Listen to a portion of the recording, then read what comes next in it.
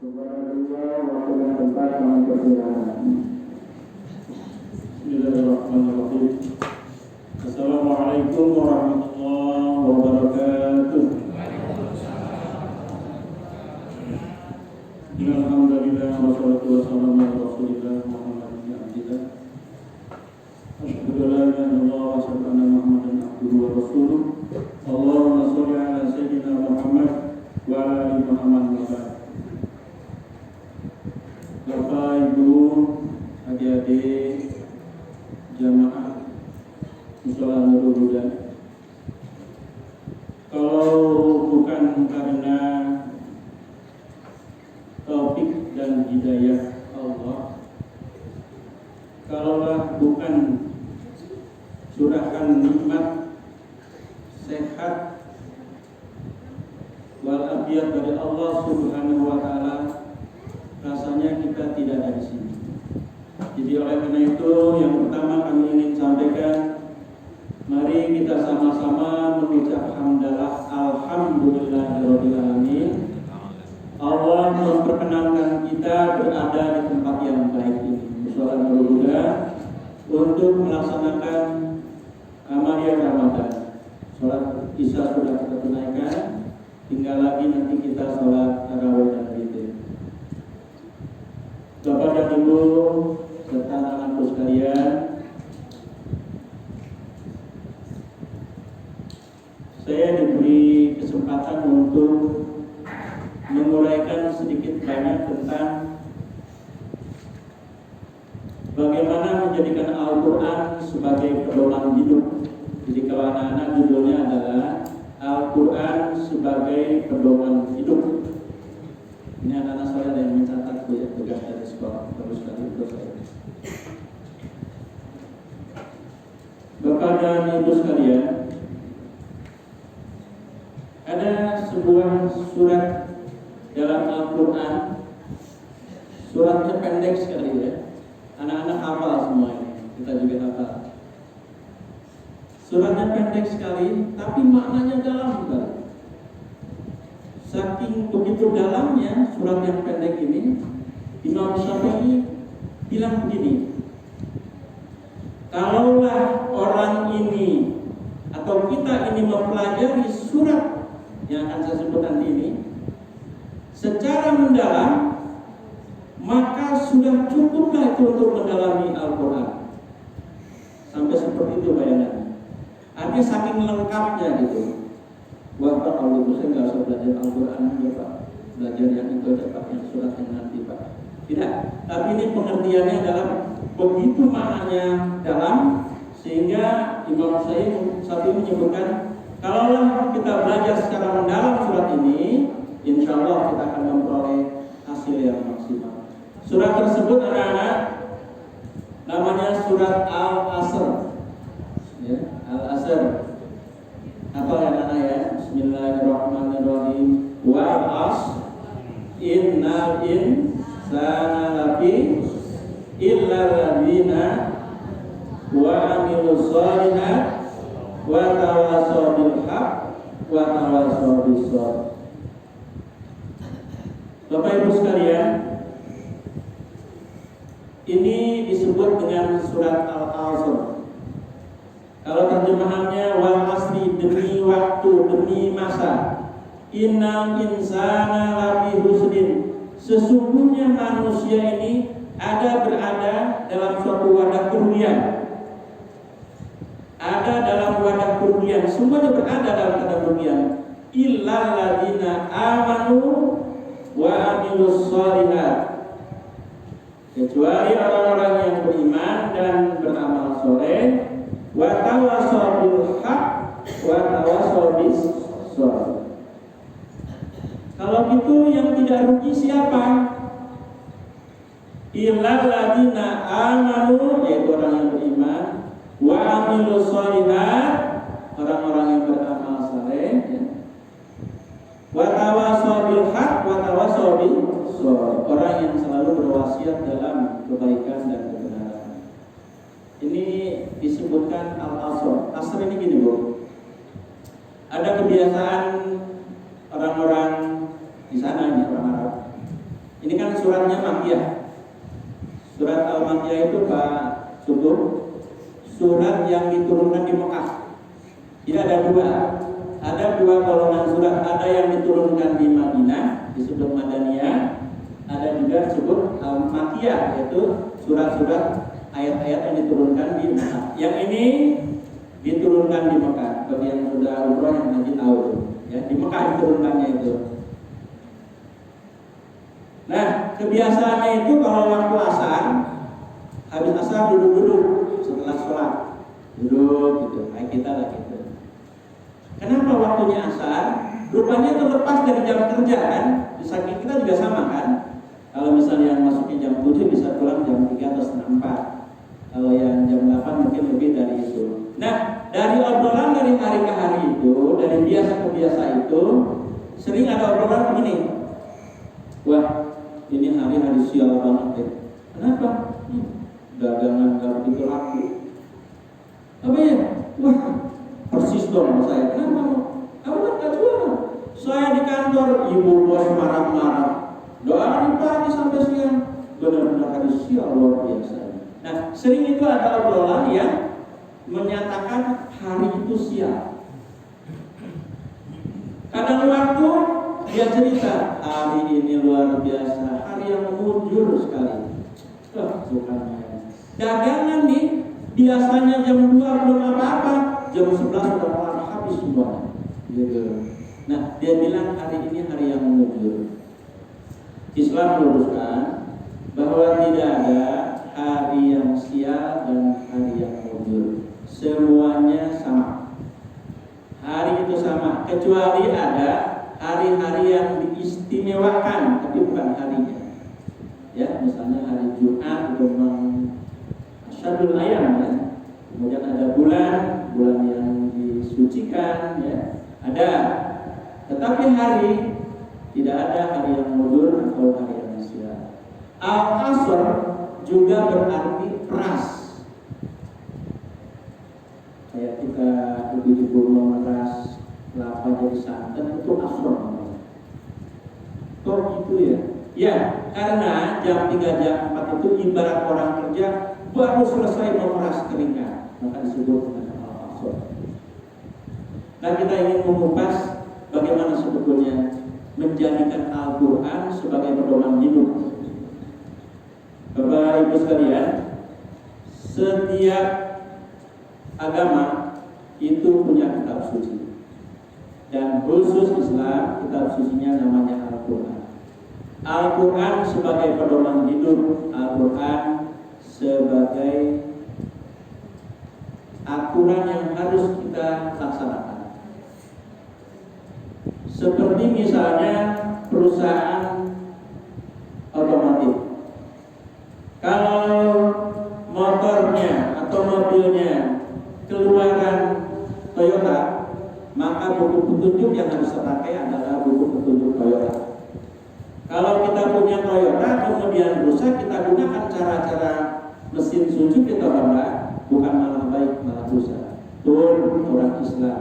Kalau menjadi orang Islam, panduannya adalah Al-Quran, bukan kitab yang lain. Dengan demikian, insya Allah kita akan lurus dan sampai ke tujuan yang terakhir, yang menuju Allah dan masuk surga Allah Subhanahu wa Ta'ala. Bapak Ibu sekalian, kita coba sedikit-sedikit. Yang pertama, jadi wal asri, demi masa, innal insana lafi husrin, semua manusia rugi. Disebut di situ innal insana, insan itu manusia, betul, artinya manusia. Tetapi insan juga bisa bermakna lupa, bisa bermakna gembira, bisa juga berarti berkembang mengalir. Kenapa begitu? Karena sifat manusia itu satu, manusia itu sering lupa. Al-insan ma'al khata wa nisyan. Manusia itu tempatnya salah dan lupa. Kalau dulu kan yang namanya yang pikun yang sering lupa cuma yang tua. Kalau sekarang mah yang muda juga sering lupa, anak-anak bu, anak-anak. dia bilang, "Ma, handphone di mana?" "Lah, tadi kamu simpan di mana?" "Anak-anak, Bu, udah lupa." Kalau kita jamak ya Bu, kita memang sudah faktor U-nya ya, jamak lupa. Tapi kalau anak-anak belum pantas gitu. Nah, tetapi ternyata ini sifat manusia, al-insan, ya, sering lupa. Yang kemudian bahwa insan itu adalah ard, artinya suatu tanah yang tumbuhannya banyak. Saya ingin ceritakan begini. Orang itu semuanya rugi. Innal insana lafi husrin illal ladzina amanu, kecuali orang-orang yang beriman. Kalau dalam rukun Islam, rukun Islam ada berapa rukun iman itu ya? Ada 5 kan rukun iman. Berapa? Iya, rukun iman. Kalau rukun Islam 5. Jadi amanulillah, kita beriman kepada Allah, malaikat, rasul, kitab, ya. Kemudian kepada hari akhir, dan yang akhir adalah kepada takdir. Nah, yang ingin kita gali sedikit, karena yang kita bahas adalah Al-Quran, maka kita harus yakin-yakinnya dengan Al-Quran yang sebagai pedoman hidup. Kalau mau jadi muslim yang baik, jadi udhulu bisilmi kafah. Kita harus masuk Islam itu lengkap, nggak boleh pilih-pilih. Pak, saya mau tapi orang baru masuk Islam dan masuk Islam. Saya boleh nggak milih Pak? Saya ikutnya ininya aja Pak. Puasanya nggak ikut, saya mau ikut lebarannya aja.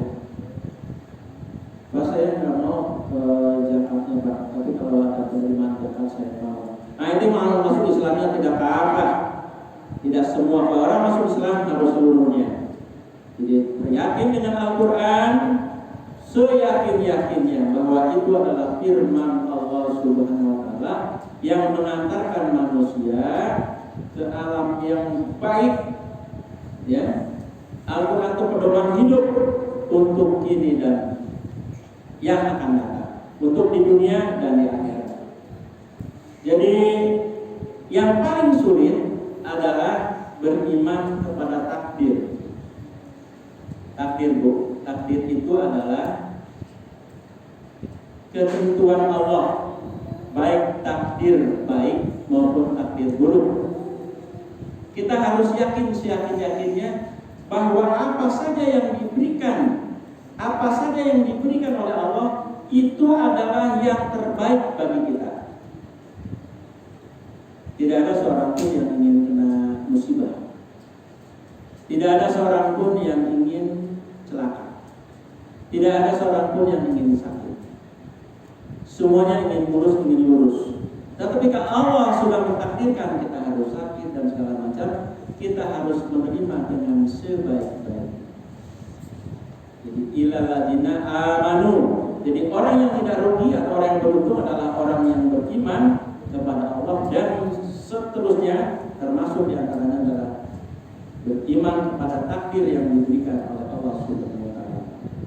Hari ini mungkin banyak saudara kita yang sakit, ya, yang berhalangan sehingga tidak bisa tarawih, dan boleh jadi itu adalah halangan syar'i, halangan yang tidak dapat ditolak.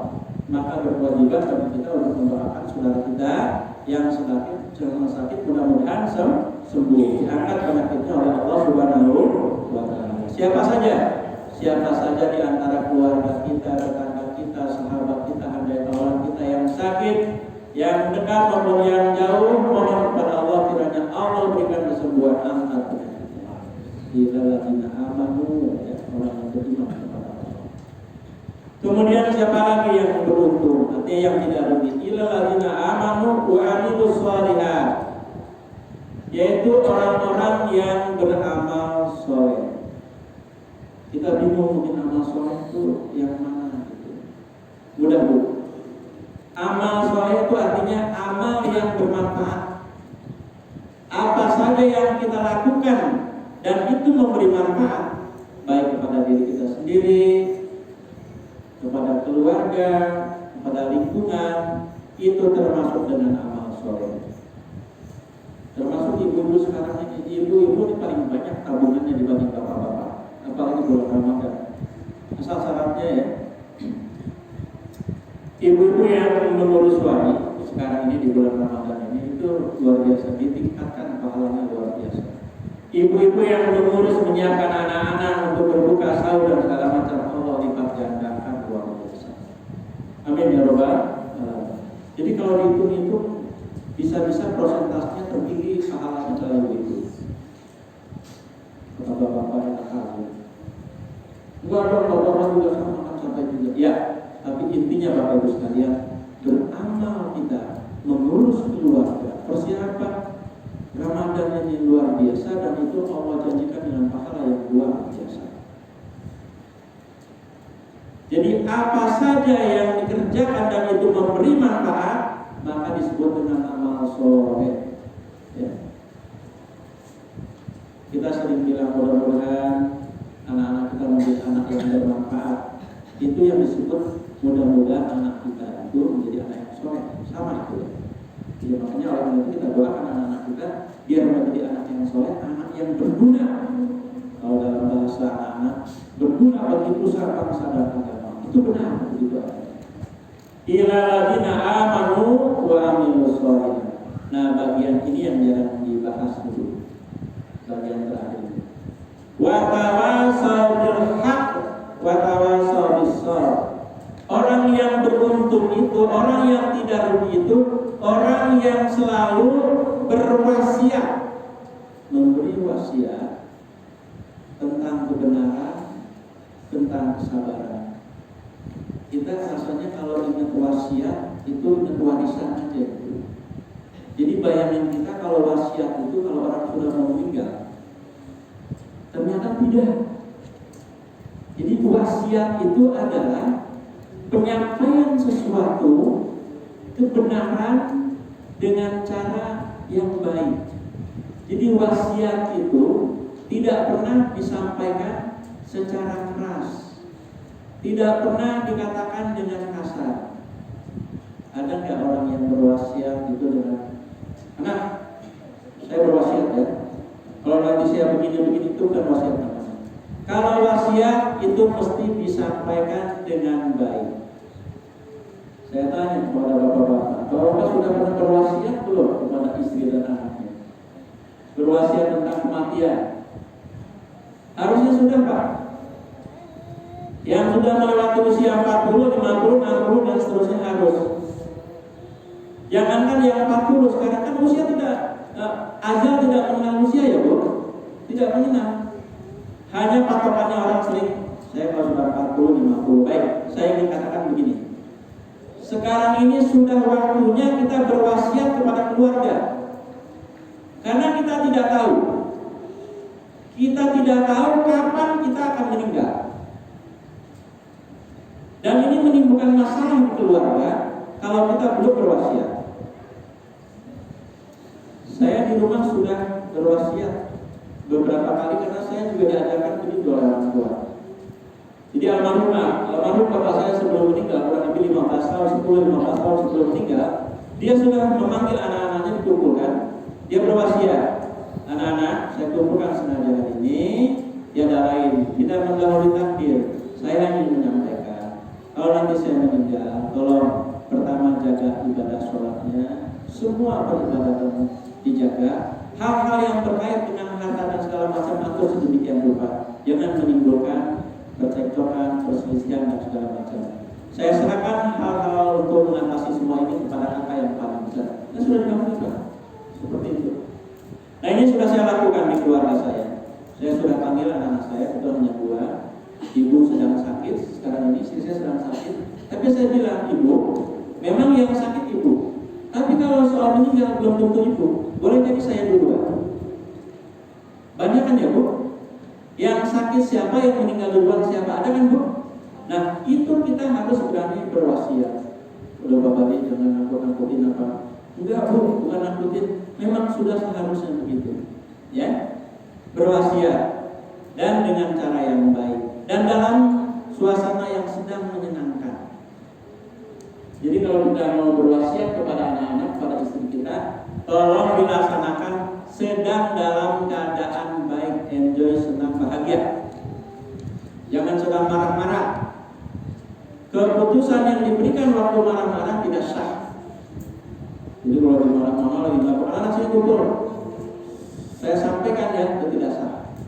Jadi kalau ingin menyampaikan wasiat harus dengan lemah lembut dan dalam keadaan yang baik. Ini humor sedikit Bu. Jadi kalau orang Betawi, maaf nih, itu dia biasa Bu, biasa menyampaikan kepada anak-anaknya. Kalau bahasa humornya begini nih ya, dikumpulin anak ini, kumpulin anak-anak, dengerin ya. Setelah pesan macam-macam nih, pesan sholat macam-macam, terakhir nih, tolong ya, anak, tolong dengarkan ini dari yang 1 sampai yang keempat, anaknya 4. Tanah yang di sebelah selatan lapangan Rengas jangan dijual.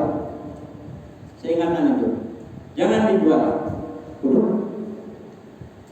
Kejarnya anaknya, kalau sebelah sana ya, dia cerita. Anak-anaknya nanya, waduh bapak diam-diam rupanya ada simpenannya. Anaknya nanya, terutama yang botok kan sering penasaran. Waduh pak, emang kenapa nggak boleh dijual? Surat-suratnya nggak lengkap. Kalau surat-surat saya yang ngurus pak, nanti saya kenal semuanya kok, lurah, camat, wali kota saya kenal, gampang itu saya urus. Tapi saya mau tanya pak, emang kenapa nggak boleh dijual? Ya nggak boleh lah, orang itu kelurahan masa mau dijual. Oh, rupanya bapaknya humor dia. Jadi jangan dijual yang sebelah selatan dari lapangan Rengas, karena itu balai desa. Tapi intinya yang saya ingin maksud adalah mulai sekarang ada 4 kunci bagi kita untuk memperdomani Al-Quran. Pertama ya, sudah menjadi orang yang beruntung. Ya, saya ulangi. Wal asri, demi masa, innal insana lafi husrin, sesungguhnya manusia dalam kerugian kecuali 1, orang-orang yang beriman, yang kedua yang beramal saleh, yang ketiga adalah berwasiat tentang kebaikan dan berwasiat dengan kebenaran. Demikian saja Bapak Ibu sekalian yang ringkas ini, mudah-mudahan ada manfaat untuk kita dan Ramadan ini dapat kita manfaatkan dengan baik ya. Untuk yang hadir malam hari ini, kalau dalam persepak bolaan ini termasuk orang-orang yang luar biasa ya, di babak penyisihan tapi masih kuat bertahan, dan kita berharap kita masuk semifinal dan final memperoleh piala takwa mutakin dari Allah Subhanahu wa Ta'ala. Demikian, terima kasih. Mohon maaf bila ada kekurangan. Billahi taufiq wal hidayah. Wassalamualaikum warahmatullahi wabarakatuh.